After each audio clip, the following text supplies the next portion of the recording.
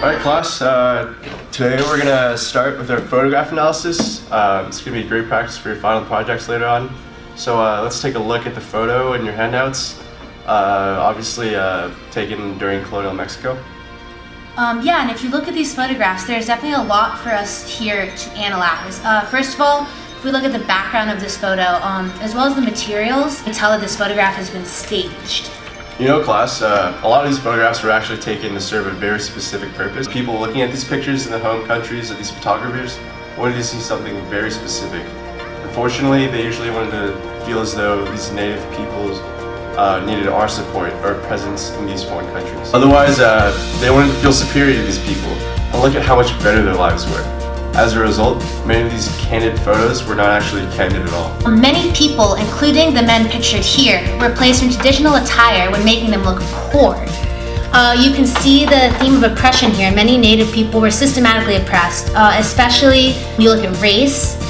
Since people of mixed race, they were very prevalent during this time, the order of classification often grew very complicated. You can see here in the first picture, these men look to be more Mexican, as they're dressed in traditional Mexican clothing. They have dark skin and they're made to seem that they're indigenous people, if this is not completely the case.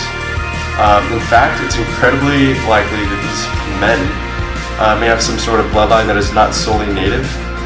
However, by placing them in these poor working class environments and having them wear traditional Mexican hats they're in, the photographer is making it incredibly easy for us to perpetuate the stereotypes of these people. Wow, I had no idea. Oh yes, it is much easier to look down on these people when we are considered fundamentally lesser of a person. These men are using traditional Mexican tools and jars and jugs, and they were likely made traditionally in the Mexican way, and they served a very important purpose and culture to these native people. In this photo, these jars are meant to look more symbolic of the different and presumably inferior ways of the indigenous people. These men are meant to look like they are doing tasks in a way that is outdated, and they may need help catching up with the times. You know, Professor Ball Phillips is exactly right. And remember guys, this happened all the time. The Westerners, the Occident, frequently did not respect the beauty and native cultures of these people. In this water carrier and the jugs in this picture, they're only one example. Class, I know that this is super interesting, but we still have another photograph to get through and we have the rest of class, and I still think that we just have to keep going. And remember guys, just a quick plug, so we actually have, if you guys have been to Taos yet, if you haven't, it's a great opportunity to take one of our classes. I know I'm teaching the history of New Mexico. I think it's a great topic, obviously, since we'll be in New Mexico. I think Professor Ball Phillips actually has a course that she's teaching during May term. I do. We are going to be co-professing another class that we have together. Alright guys, and remember to be back. We have a 10-minute break. I think it's from 7:52 to 8:02. So remember to have your butts in your seats. Yeah. Whoa, what happened? Where am I? Am I dreaming? What do you mean? You just walked towards us from the other side of this building. Where am I? You, photographer, you're an adult. What happened? As a child said, you came from around the corner of this building. You're in India, so that's what you're confused about. I must be dreaming. The last thing I remember was analyzing my photos in class. I must have fallen asleep and found dreaming. Of course I'm dreaming. That's gotta be the only explanation for this. Who are you? I'm actually a historian from from Europe. Yes, somewhere in Europe. Would you mind if I asked you all a few questions? Oh, a historian? Yes, of course. So, are you all friends? Yes, Do you know what the caste system is? of course. This is India. Our parents are all Kshatriya. We usually only play with each other. At least we are children of the Untouchables. Do you see what their kids wear or where they live? They barely have enough water to drink and take baths. Even the children of the Vaishya don't have clothes as pretty as ours. And how does that make you feel, not playing with the other kids, the ones with different clothing? It's dumb. Very stupid. I don't really understand why. My parents have explained it. It is because the British men are forcing us to be one of these people. My mother says they are confused, that our complex religion confuses them, and so we are called different things so that they can understand better. My mom told me it's based on what you look like, how much money you have, where you're from, and what religion you are. Yeah, but then the British came in and made it worse. Does being a part of that system change how you act? Sometimes my friend, who's a sutra, cannot do some of the stuff I am allowed to do. doesn't wear as pretty clothes, and where she lives is not as nice as where I live. I asked my mom why, and she said she is in a lower caste system. Then I asked why she was in a lower caste system. My mom said it was because of her parents. Excuse me, are you almost done? I need to take another photo. Let me give you a summary so you can leave them alone. The British enforce the caste system depending on a few different things.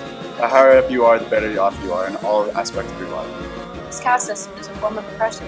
You can't tell people how to live their lives by placing them in different rankings.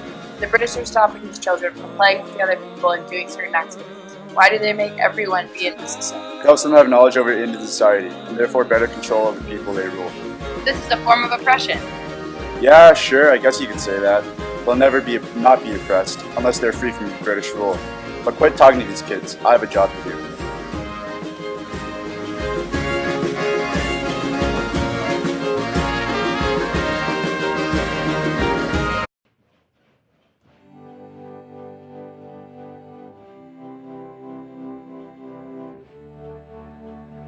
Whoa, where am I? You're on a roadside in Mexico. That's crazy. What are you guys doing here? Well, this photographer has us posed. We've been here for a while. Our ancestors have been here for quite a while now, but over the past century or so, these new men have come in to claim the land as their own. They do not speak of us kindly, but many of our people had to have their photos taken with them, so that people in their native countries can get a glimpse of what life is over here. I have heard them use language such as half-naked, scantily fed, and the Mongol race. That is so horrible. We've been learning about things like this in my Ways of Knowing class, but I never really realized how unfair that is. Yes, it's pretty bad. We're all used to living off the land, and now we're being exploited for goods and losing land that is sacred to us. Many of us are even forcibly removed or relocated from the place that our ancestors have called home. It has been getting even worse recently with the Americans up north, and some concept they have called the Manifest Destiny. Many of us do not want to leave our homelands, but white people have been coming in for as long as any of our people can remember, really, and forcing us to move so they can claim our land as their own. Maybe you can take back what was traditionally yours. We learned about people across the world from you in India spinning khadi, or traditional clothing and organizing salt marches in the revolt of the British ruling during their own revolution. You're crazy. That hasn't even happened yet. You're talking about some futuristic stuff there. Oh yeah, I guess you're right. Maybe just an idea for the future? The craziest part of it all is that these white photographers are simultaneously trying to stage our culture as it is and enforce their own Western ways of life on us at the same time. Right now, we were dressed up in traditional Mexican attire and intentionally not wearing shoes. The photographer says it is so he can send photos of our home and our people back to his home country. I hope that the people see our culture for more than what the West has taken from us. There have been valiant efforts from our ancestors, such as the Pueblo Revolt in 1680, to push back the conquerors, but eventually the Spanish came and slaughtered us in a brutal manner. However, Pope's Revolt, as we call it, was still a victory and something of pride for our ancestors. However, we do not believe that hope is on the horizon for us. There has been talk of revolution for our people on the horizon. Well, not to seem all cryptic, but November 20th, 1910 may be a pretty important date for you guys. Alright, well, I gotta go. I don't want to be caught in this picture with you guys, but good luck gaining your independence and getting your land back. I really enjoyed getting to talk to you.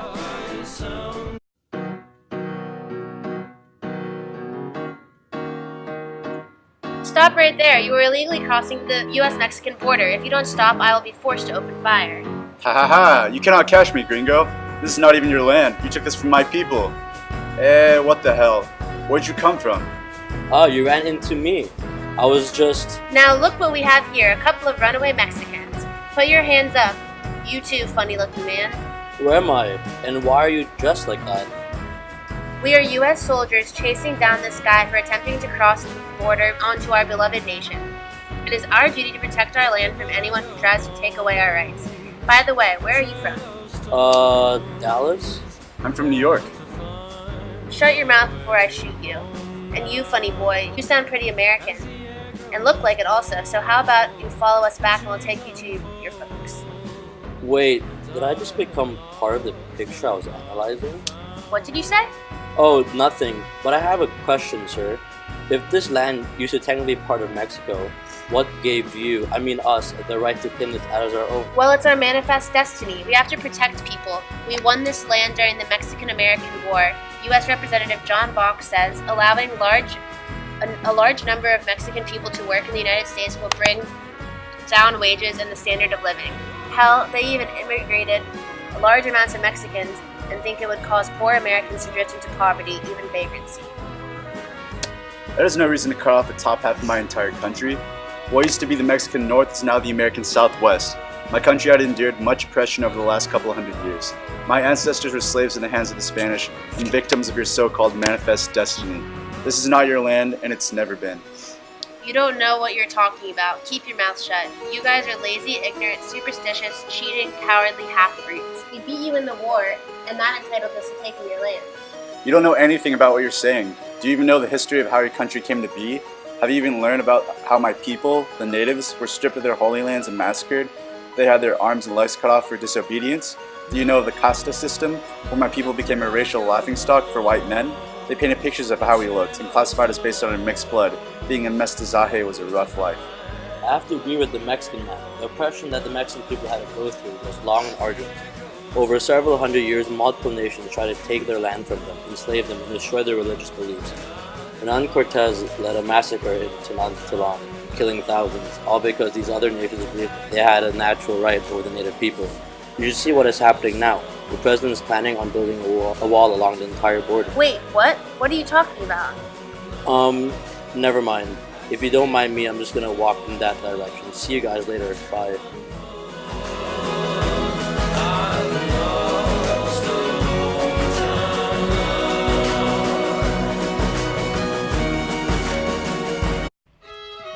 Hey, you there! Will you lend me a hand? Wait, what in the world? Where am I? Welcome to Mumbai, my friend. Mumbai? Did you say Mumbai? Yes, Mumbai. Don't you mean Bombay? No, silly Westerner. This is the name the British use. We're in Mumbai, the gem of Western India. Now enough questions and give me a hand. My friend over here is exhausted from cutting these knives all day. And don't even try talking to him. He hasn't really said much ever since the British have occupied our soil. Wait, the British? That was years ago. Wait, what's today's date? June 7th, 1858, my friend. I'm surely dreaming, aren't I? Aren't we all, my friend? That's impossible. You didn't drug me, did you, old man? Wow, 19th century British occupied India. That's a first. You know what? I'm just gonna go back to bed. What? Where am I? Blair, is that you?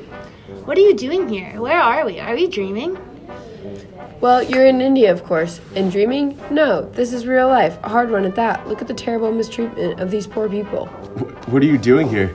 I'm documenting the building of this railroad. These people are forced to work long and terrible hours of hard physical labor. What are they building here anyway? This is going to be the Bengal-Nagpur Railway. Why are they building it? What will it be used for? For transporting both goods and passengers, and thank God it's finally happening. The British government has ignored the land of Orissa for so long. The building of this railway will hopefully prevent another famine from happening again. So it's for Britain's benefit? Yes, they want to be able to guarantee British political and military control through this power of the railways. Railways make up almost 80% of Britain's industrial investment in India. Not only that, but they are financed by Indian taxpayers. Wow, I guess the Westerners really were exploiting the land and resources of native people across the world after all. Maybe we should get back to class soon before they realize that we've been asleep. Dan, how could you be asleep right now? Wake up!